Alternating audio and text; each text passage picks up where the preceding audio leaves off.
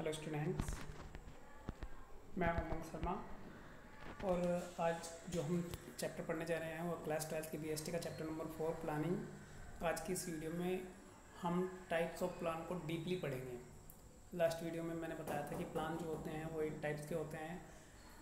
अब इनके बारे में हम थोड़ा डिस्कशन थोड़ा स्पीडली करेंगे क्योंकि इस चैप्टर में हम काफ़ी टाइम दे चुके हैं। ठीक है ना, तो बच्चे पढ़ेंगे, जो नहीं समझ में आएगा वो वापस जो है ना मैसेज के थ्रू आप पूछ लेंगे।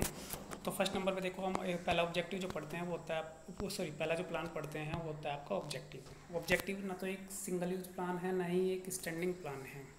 ठीक है, इसके लिए आपको ऑब्जेक्टिव को समझने के लिए आपको स्मार्ट वर्ड याद कर लेना पड़ेगा। फॉर स्पेसिफिक, ऑब्जेक्टिव स्पेसिफिक होना चाहिए, मेजरेबल होना चाहिए, अचीवेबल होना चाहिए, रिलेवेंट और टाइम बाउंडेशन उसके साथ होनी चाहिए। इसका एक एग्जाम्पल इन्होंने दिया हुआ है, उसे पढ़ेंगे ध्यान से। जैसे आपको जो अपनी सेल जो है 10% इंक्रीज़ करनी है 6 महीने के अंदर अंदर। फीचर इसकी determine what is to be done, आपको क्या करना है, ठीक है ना, आपका एंड रिजल्ट क्या होगा, और all the activities guided towards objective की तरफ को जो है ना फोर्स करती हैं आपको। इस तरीके के ये ऑब्जेक्टिव्स होंगे। नेक्स्ट आता है आपका स्ट्रेटेजी। स्ट्रेटेजी ना सिंगल यूज़ प्लान है ना स्टैंडिंग प्लान है। स्ट्रेटेजी है क्या? जो आप अपने कंप्लीट ऑब्जेक्टिव्स को पूरा करने के लिए छोटे छोटे प्लान तैयार करते हैं, उन्हें आप बोलते हैं strategy. Strategy is the comprehensive plan to achieve the organisational objective के ऑर्गेनाइजेशन के ऑब्जेक्टिव को अचीव करने के लिए जो आप कॉम्प्रेंसिव बेस पे एक छोटे छोटे प्लान तैयार करते हैं वो होते हैं आपके स्ट्रेटेजी। स्ट्रेटेजी की जो डायमेंशंस हैं वो क्या है? लॉन्ग टर्म ऑब्जेक्टिव को डिटरमाइन ये नहीं कर पाती है, adopting a particular course of action को अडॉप्ट नहीं कर पाती है, यानी कि किसी एक निश्चित सिचुएशन में, पर्टिकुलर सिचुएशन में आप उसे हैंडल स्ट्रेटेजी में नहीं कर सकते। ठीक है ना। Allocating resources for achieving the objective, objective को अचीव करने के रिसोर्सेज को अलोकेट यहाँ पर आप नहीं कर पाते। ठीक है ना। Strategy formulate is the task of top level people. Top level management का एक फंक्शन है। इसके लिए जो है ना आपको बिजनेस एनवायरनमेंट को स्कैन करना, उसे समझ लेना जरूरी हो जाएगा। जो इसकी फीचर्स हैं इन्हें देखेंगे। It is A blue print of business का ब्लू प्रिंट की तरीके से काम करता है, आपको बताता है कि क्या आपके बिजनेस के आउटलाइंस हैं। Strategy influenced by the business environment के द्वारा ये प्रभावित होता है। Strategy directs future decision making and scope in long, ये आपको बताता है। स्ट्रेटेजी के बेस पर आप जो है ना फ्यूचर का डिसीजन ले सकते हैं। ये आपका लॉन्ग रन में आपकी हेल्प करता है। बाकी 1 2 3 जो इसकी बची हुई हैं ये भी पढ़ के देखेंगे। पॉलिसीज़, पॉलिसीज़ क्या है?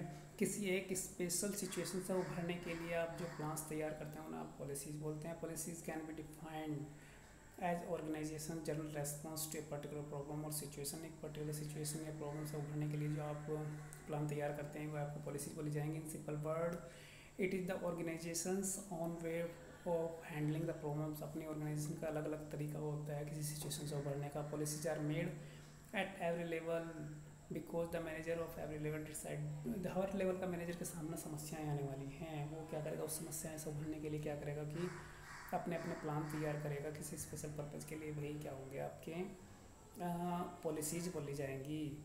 ठीक है। इसकी जो फीचर्स हैं क्या है? बेस्ड ऑन ऑब्जेक्टिव्स, ऑब्जेक्टिव के आधार पर आप पॉलिसी तैयार करते हैं। Guide manager to implement strategy, managers को जो है ना एक स्ट्रेटेजी तैयार करने के लिए, छोटे प्लान तैयार करने के लिए जो है ना मैनेजर को गाइड करता है। Policies organisations customised way of handling, अपने ऑर्गेनाइजेशन का अलग तरीका है किसी भी सिचुएशन से उभरने के लिए। Policies define people parameter with in the which manager में फंक्शन। ये एक मैनेजर का एक पैरामीटर के तरीके से वर्क करता है, किस तरीके से मैनेजर जो है अपना बेस्ट डिसीजन ले सकते हैं।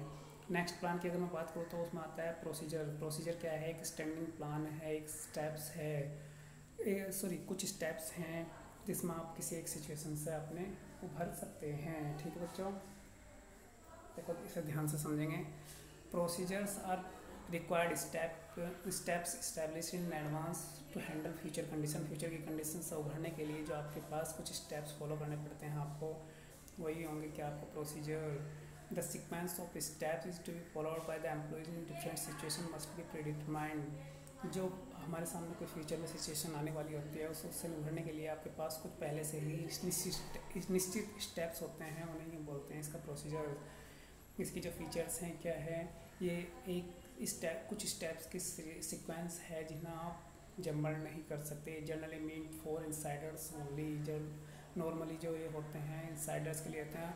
और मोस्टली इन क्रोनोलॉजिकल ऑर्डर बोलते हैं, टाइम के आधार पर रखे गए स्टेप, पहले आप ये सब फॉलो करेंगे फिर उसका करेंगे अच्छी तरीके से।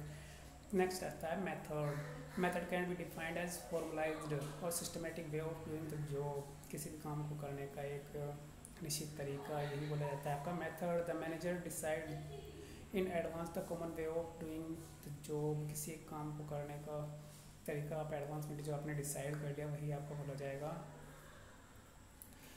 Method.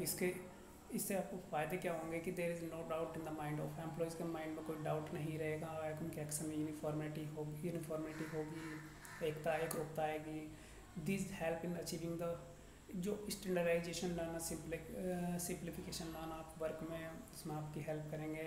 Act as the guide for employees के लिए गाइड का काम करेंगे। Method deal with the task comprising one step of procedure and specify how this step has to be performed। आपको क्या किस तरीके से अपने प्रोसीजर्स को फॉलो करना है, क्या स्पेशल स्टेप्स आपको लेने हैं, ये बताने का तरीका आप मेथड्स करते हैं। Selection of proper method save time money efforts and increase efficiency को बढ़ाना, टाइम को मनी को एफर्ट्स को सेव करना, इस तरीके जिनसे मेथड के अंदर आप इनका यूज़ कर सकते हैं। इनके जो फीचर्स हैं, स्टैंडर्डाइजेशन लाना वगैरह वगैरह आप पढ़ लेंगे इसमें।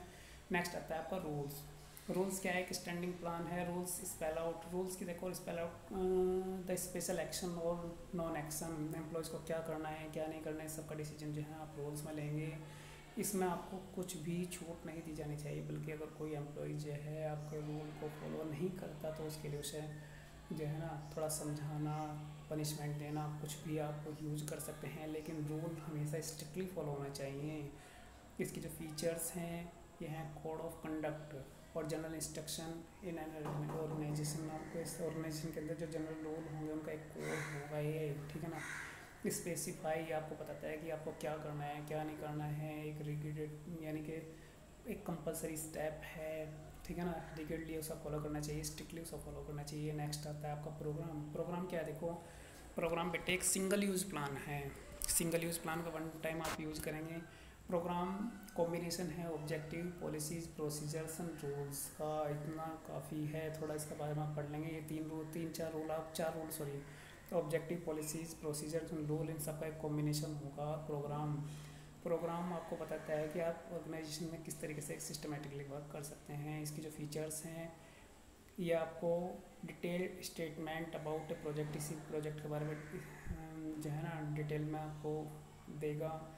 ये कॉम्बिनेशन है चार प्लान्स का, objective policies procedure and rules का। ये अलग it prepared for various activities, अलग अलग एक्टिविटीज़ में बनाए जाते हैं वगैरह वगैरह। आपने पढ़ के देख लेंगे, कोई दिक्कत होगी पूछ लेंगे। नेक्स्ट आता है देखो बेटे लास्ट आपका बजट कैसा है आपका, सिंगल यूज़ प्लान है। Budget is statement of expected result express in numerical terms. Future में किसी भी चीज़ के लिए आप कोई न्यूमेरिकल डाटा लेकर के आते हैं, न्यूमेरिकल टर्म्स में लेकर के आते हैं, उसे आप बोलते हैं budget. In budget the result are always measurable, most of time these are financial in nature, but it does not mean that company prepare only financial budget। देखो अगर मैं बजट की बात करूँ तो ये मोस्टली मेजरेबल होगा, जिससे आप मेजर कर सकते हैं, ठीक है ना।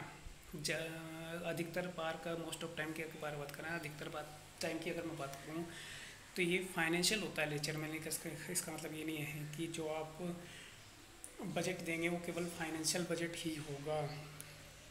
कोई भी डाटा अगर आप न्यूमेरिकल टर्म्स में देते हैं फ्यूचर के लिए, वो आपका बजट बोला जाएगा। एग्जांपल के लिए आपको सेल दे दी गई कि आपके अपने 1 लाख बेचनी है और 20 रुपये पर यूनिट के हिसाब से बेचनी है, तो टोटल बजट आपका 20 लाख का होगा। ये आपका बजट है इस तरीके के, ठीक है ना। अभी बजट के जो features, statement of expected result express in numerical terms में आप इसे एक्सप्रेस कर सकते हैं, ठीक है ना। Serve has standard of measuring and comparing actual performance को मेजर कंपेयर करने के लिए जो है ना बजट का यूज़ करते हैं। Quantify future facts and figures find करने के लिए आप जो है इसका यूज़ करते हैं। Budget are prepared for by the manager at every, हर लेवल का मैनेजर को अपने बजट बनाने होते हैं। It is a controlling device for which deviation can be take care हो, तो इसमें है कि एक कंट्रोलिंग डिवाइस की तरीके से आपको वर्क करता है ये वाला प्लान, क्योंकि इसमें आप क्या कर सकते हैं, जो आपका वेरिएशन है, जो डेविएशन है एक्चुअल परफॉर्मेंस के और उसके बीच में, उसे जो फाइंड करने का काम भी यहाँ पे हम कर सकते हैं। ठीक है बच्चे, ये आपका चैप्टर नंबर 4 प्लानिंग कंप्लीट होता है। अगर इसमें कोई डाउट हो तो आप इसको ला के भी मिल सकते हैं। ओके बच्चों, थैंक यू।